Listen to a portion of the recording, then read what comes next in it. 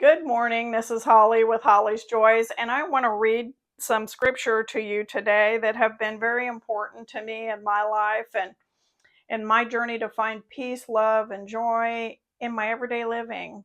Even though some people in my life have caused some turmoil within my spirit, and I love someone who struggles with addiction, and that has been an incredible challenge. But I have found a lot of help in actual daily applicable help in this scripture, and I want to share it with you today. Now, I was introduced to the scripture as a pretty young Christian. I was leading a children's group, and this was one of the scriptures that they were supposed to memorize, and it was chapter First Corinthians chapter 13, the whole chapter. It's only 13 verses.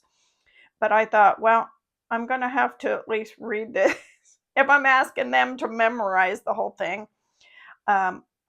I never got it fully memorized, but in attempting to, a lot of it really impacted my life in a very positive way. Now, we're just going to start with verse 4 and we're going to go to verse 7. So, 1 Corinthians chapter 13, verse 4 through 7. Love is patient. Love is kind. It does not envy. It does not boast. It is not proud. It does not dishonor others. It is not self-seeking. It is not easily angered. It keeps no record of wrongs. Love does not delight in evil, but rejoices with truth. It always protects, always trusts, always hopes, and always preserves. Now, years after that I was exposed to this scripture, um, I had somebody that I love begin the addiction cycle. And it was very, very challenging. And it hurt me to the place of like I wasn't sure I was going to be okay. It nearly destroyed me. And I can remember sitting in my house and thinking, I have a calendar and I always like jot notes on it, important things that happen or things that I need to do, appointments that I have, and just different things. Sometimes if I'm in a dieting phase, I'll write my weight on there. Just different silly stuff for me to keep track, right? And it came to me like my brain was in full, we got to keep track of what's happening here. You're going to need to know. My brain was in full risk assessment, and it was like you need to not risk losing any of this. You're going to need to remember. And I thought I'm going to get the calendar and we'll start writing down things that have happened. And I had this verse come back to my memory.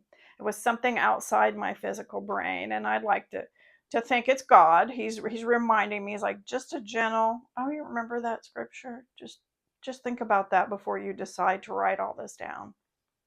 And it is, love is patient, love is kind. It does not envy, does not boast, and it is not proud. It does not dishonor others. It does not self-seek. It is not easily angered. It keeps no record of wrongs. And that's the one that came to me. Love keeps no record of wrongs.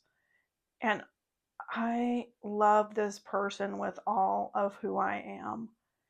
And to keep those records of the things I felt were wrong would have really damaged my spirit. And in turn, I think damaged theirs as well.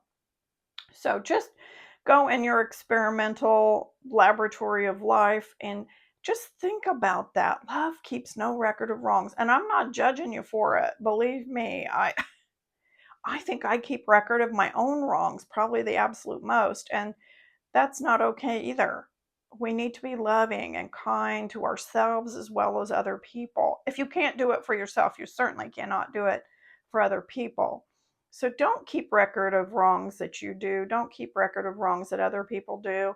And I mean, fairly recently, within the last couple of years, I did something really silly and I was really wrong. And I was like, I'm just going to decide to be okay with it. I can't undo it. Now, if I could undo it, I would certainly undo it, but I can't undo it. So done, overdone with, gone.